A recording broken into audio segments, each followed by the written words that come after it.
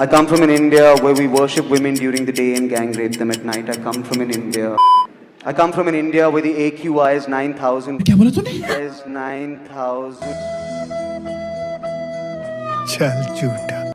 नमस्कार दोस्तों, स्वागत है आपका धर्म और मोक्ष में। दोस्तों, आज देश का बच्चा ये जानता है कि अगर वो किसी दोस्त के घर जाएगा तो वहां जाकर वो अपने माँ बाप या अपने घर की बेइज्जती नहीं करेगा। लेकिन ऐसा क्यों? क्या उसे डर है कि उसकी मम्मी उसको मारेगी?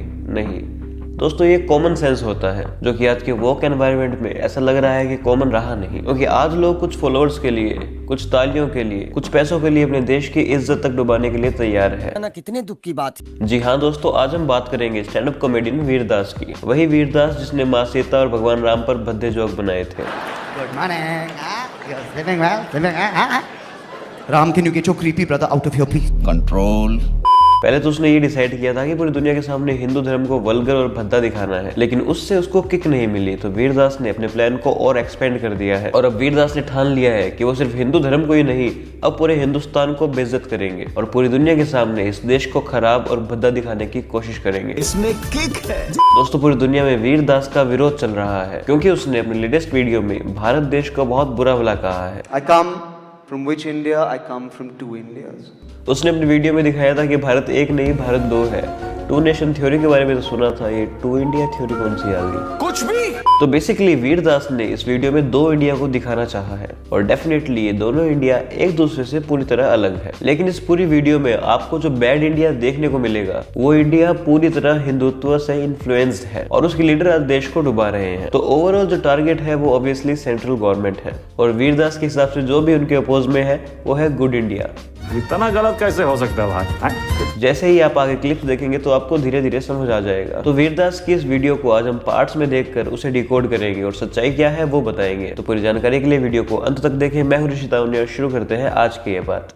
I come from an India where children in masks hold hands with each other, and yet I come from an India where leaders hug each other without masks. हम उस इंडिया से आते हैं जहाँ बच्चे तो मास्क लगाते हैं, लेकिन हमारे लीडर बिना मास्क लगाए एक दूसरे से गले मिलते हैं। तो ये इशारा जरूर बंगाल इलेक्शन की तरफ है, जिसमें रैली के टाइम ना तो पीएम ने मास्क लगाया था, ना ही जनता ने मास्क लगाया था, जो कि देखा जाए तो गलत था। लेकिन वीरदास ने इसमें मोदी को कहाँ टारगेट किया है? बाकी लीडर्स भी तो मास्क नहीं लगा रहे थे।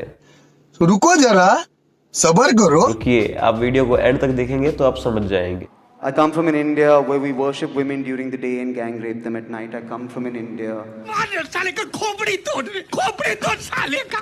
सही है, ये प्रोपेगेंडा ये नहीं चलाएगा तो इसको सिंपैथी कैसे मिलेगी? वीरदास के हिसाब से हम ऐसे भारत में जीते हैं जिसमें सुबह तो हम देवी को पूजते हैं, लेकिन रात को हम लड़कियों का रेप करते हैं। इंडिया में रेप के केसेस बहुत आते हैं, नो डाउट, और ये बहुत दुखद है। लेकिन वीरदास, जिस देश में खड़े होकर आप अपने देश की धज्जियां उड़ा रहे हैं, उस देश अमेरिका में भारत से भी ज्यादा रेप के केसेस आते हैं। जरा इन ऑडियंस को भी आप रिमाइंड करा दीजिए। क्या समझे? और दूसरी बात, हम देवी को दिन में ही पूजते हैं और रात को भी। और रेप के केसेस की बात करने के लिए जरूरी नहीं है कि आप उसमें देवी देवताओं को धक्के से घुसाएं। बिना किसी रिलीजन को ऐड करे भी ये डिस्कशन हो सकता है। हमारी सभ्यता और धर्म में औरत को देवी के रूप में पूजते हैं। दुनिया के किसी धर्म को उठाकर देख लीजिए, आपको एक औरत लीडर के तौर पर कहीं नहीं दिखेगी, सिवाय हमारे देश और धर्म के।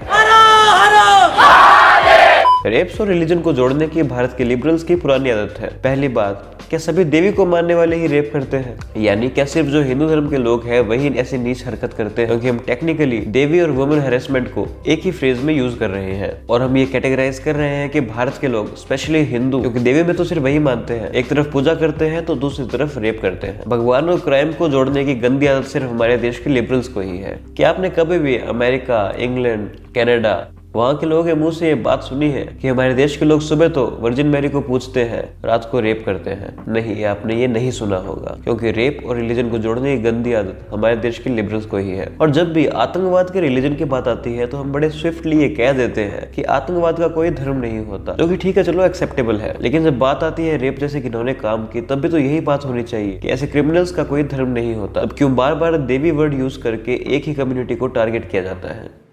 I come from an India where we scoff at sexuality and yet fuck till we reach 1 billion people. Vir Das जी का कहना है कि इंडिया में हम लोगों की सेक्सुअलिटी पर हंसते हैं कि वो गे है या फिर ट्रांसजेंडर है, लेकिन इंडिया में हमने पॉपुलेशन 100 करोड़ से पार करवा दी। कोई सेंस है इस बात की? पहली बात तो ये कि दोनों बात में कोई भी लिंक नहीं है। अगर फिर भी बात करें जेंडर इक्वलिटी की, तो भारत में सभी जेंडर को बराबर की आजादी मिली हुई है। आर्टिकल 377 को हटाने के बाद से LGBTQ कम्युनिटी को देश में खुलकर जीने की आजादी है, और ये आजादी मिली है उसी गवर्नमेंट के काल में जो वीरदास को बहुत फैशिस्ट लगती है।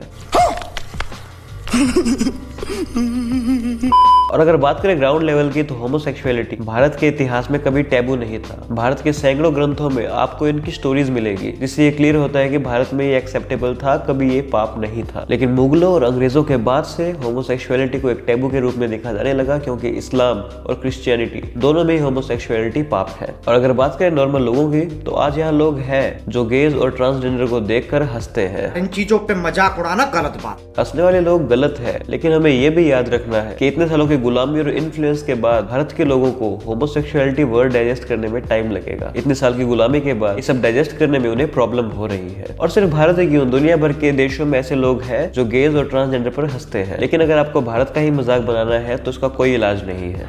I come from an India where journalism is supposedly dead because men in fancy suits and studios give each other handjobs. Women on the road with laptops are still telling the truth. मैं क्या करूं, फिर job छोड़ दूं? I come from an India where we bleed blue every time we play green, but every time we lose to green, we turn orange all of a sudden. लोग आ गए Hindu intolerant और हिंदुत्व पर फाइनली। वीरदास के कहने का मतलब है कि जब इंडिया क्रिकेट मैच खेलती है तो हम बहुत प्राउडली कहते हैं ब्लीड ब्लू, लेकिन जब हम ग्रीन यानी पाकिस्तान से हार जाते हैं तो हम अचानक से ब्लू से ऑरेंज बन जाते हैं। अब यहाँ ऑरेंज का मतलब है हिंदुत्ववादी या इंटॉलरेंट या फैसिस्ट। वीरदास का कहने का मतलब है कि भारत के लोग पाकिस्तान से हार कर हिंदुत्व पर सवार होकर यहाँ के मुस्लिम्स को एंटी नेशनल बोल देते हैं। वाह जी वाह। आप देख पा रहे होंगे कि कैसे वीरदास बार बार हिंदू गॉड्स और हिंदुत्व को टारगेट कर रहे हैं और इंटरनेशनल प्लेटफॉर्म पर भारत की ऐसे इमेज को सेट कर रहे हैं। I come from an India that has the largest working population under 30 on the planet, but still listens to 75-year-old leaders with 150-year-old ideas. अब वीरदास को प्रॉब्लम ये है कि जो मेन पॉलिटिकल लीडर है उनकी एज बहुत पुरानी है, उनके विचार बहुत पुराने हैं। अब जाहिर सी बात है ऐसे पोजीशन पर किसी एक्सपीरियंस लीडर को ही बिठाया जाता है। आपके कहने पर किसी यंग लीडर को आपके कहने पर किसी यंग लीडर को थोड़ी प्राइम मिनिस्टर की कुर्सी पर बैठा देंगे जिसको जीरो एक्सपीरियंस होगा। और सारे डिसीजंस ये लीडर्स नहीं करते। इनके ऑफिस में बड़े बड़े इंटेलेक्चुअल्स होते हैं, उनका विजन बहुत क्लियर और बड़ा होता है, वही नई नई योजनाएं बनाते हैं। सिर्फ प्रधानमंत्री या होम मिनिस्टर ही नहीं है जो बड़े बड़े फैसले लेते हैं, ये लोग तो हमें चीजें सिर्फ डिलीवर करते हैं, लेकिन बजट पॉलिसीज ये सब स्ट्रक्चर करने वाले मास्टरमाइंड ये सब यंग ऑफिसर्स ही होते हैं। तो वीरदास को पहले पूरी इन्फॉर्मेशन लेनी चाहिए, फिर ज्ञान देना चाहिए कि ये आइडियाज 150 साल पुराने हैं या फिर ये आइडियाज 100 साल आगे के हैं। I come from an India where every time we get information, we are always available to care for the PM, but we can't seem to get any information on PM cares. I come from an India. देखा धीरे धीरे सिंग निकलने शुरू हो गए। ये लो finally ये आ गया पीएम मोदी पर। धीरे धीरे जो मेन पॉइंट था उस पर ये आ ही गया। Where we kicked out the British, but yet we call the government the ruling party. बस लायक है क्या? Where women wear saris and sneakers and yet have to take advice from old men who have never worn a sari and will never. नहीं वो तो सब ठीक है, लेकिन आदमी क्यों साड़ी पहनेगा? औरत बनने का शौक है, औरत बनने का शौक है। Where women wear saris and sneakers and yet have to take advice from old men who have never worn a sari and will never get to take one off in their entire lives. अश्लील है ये लोड़ा। और जहाँ तक बात है women rights की, तो हाँ आज औरतों को इतनी छूट नहीं है, लेकिन पहले के मुकाबले आज काफी ज्यादा है और आने वाले टाइम में और भी बढ़ेगी। जरा वक्त दीजिए इस देश को। ये देश एक वक्त में सोने की चिड़िया था। इसकी चमक की वजह से बार बार इसने आक्रमण सहे हैं। हजारों साल गुलामी की जंजीरों में रहा है ये देश। और इतने सब के बाद भी आप ये उम्मीद रखते हैं कि आजादी के 60-70 साल के बाद ही ये देश उस देश के ज्यादा हो जाए जिसको आजादी हमसे बहुत साल पहले मिल चुकी है। इतने कम टाइम में ये उम्मीद रखना भी गलत है। साड़ी पहनना हमारे कल्चर का हिस्सा है। और जहाँ तक बात है घूंघट की, तो ये प्रथा आपके सेक्युलर आक्रांताओं से बचने के लिए शुरू हुई थी और धीरे धीरे घूंघट निकालना कंपल्सरी हो गया। लेकिन एट फर्स्ट प्लेस अगर हम कभी गुलाम होते ही नहीं तो ये प्रथा कभी आते भी नहीं। I come from an India where we take pride in being vegetarians and yet run over the farmers who grow our vegetables. तुझे अक्ल है? किसान अन्नदाता है, उनकी वजह से आज हम पेट भर के खाना खा रहे हैं, या फिर कह सकते हैं आज हम जीवन जी रहे हैं। लेकिन भारत देश में कोई किसानों पर गाड़ियां नहीं चढ़ाता। सिर्फ एक ऐसा दुखद इंसिडेंट हुआ है जिसमें किसानों पर गाड़ी चढ़ी है, और इसके कसूरवार को सजा मिलनी भी चाहिए। लेकिन भारत की ये इमेज अमेरिका में दिखाना कि हम तो किसानों को मार देते हैं, ये कितना गलत है। क्या एक ऐसा इंसिडेंट पूरे भारत को रिप्रेजेंट करता है? बिल्कुल नहीं। शर्म आनी चाहिए वीर दास को कि उसने कुछ चुनिंदा लोगों की तालियों के लिए अपने देश की इज्जत को दांव पर लगा दिया। From in India there is Hindu and Muslim and Christian and Sikh and Parsi and Jew, and when we all look up at the sky we only see one thing together, the price of petrol. मस्त joke मारा रे, ये हंस रे हलकट हंस। और फिर से देख लीजिए, जो बैड इंडिया दिखा रहा है वो बैड इंडिया वही है जो बीजेपी के पावर में आने के बाद बना है। जो भी प्रॉब्लम्स इस पूरी वीडियो में दिखाई गई है, चाहे वो फार्मर प्रोटेस्ट हो, सीए एनआरसी प्रोटेस्ट हो, पीएम केयर फंड हो, कोरोना के मास्क की बात हो, या पेट्रोल की प्राइस की बात हो, या फिर हिंदुत्व इन्फ्लुएंस की बात हो, हर एक टॉपिक में, हर एक बैड इंडिया की प्रॉब्लम में आपको बीजेपी सरकार ही देखने को मिलेगी। इस पूरी वीडियो में बैड इंडिया वही है जो बीजेपी के आने के बाद बना है। कहीं भी आपको कॉमनवेल्थ घोटाला या फिर 2G स्कैम की बात देखने को मिलेगी ही नहीं, क्योंकि बीजेपी के आने से पहले तो लोग जानते ही नहीं थे कि स्कैम होता क्या है। मुझे कुछ दिखाई नहीं दे रहा माँ। I wanted to do this because we're at the Kennedy Center.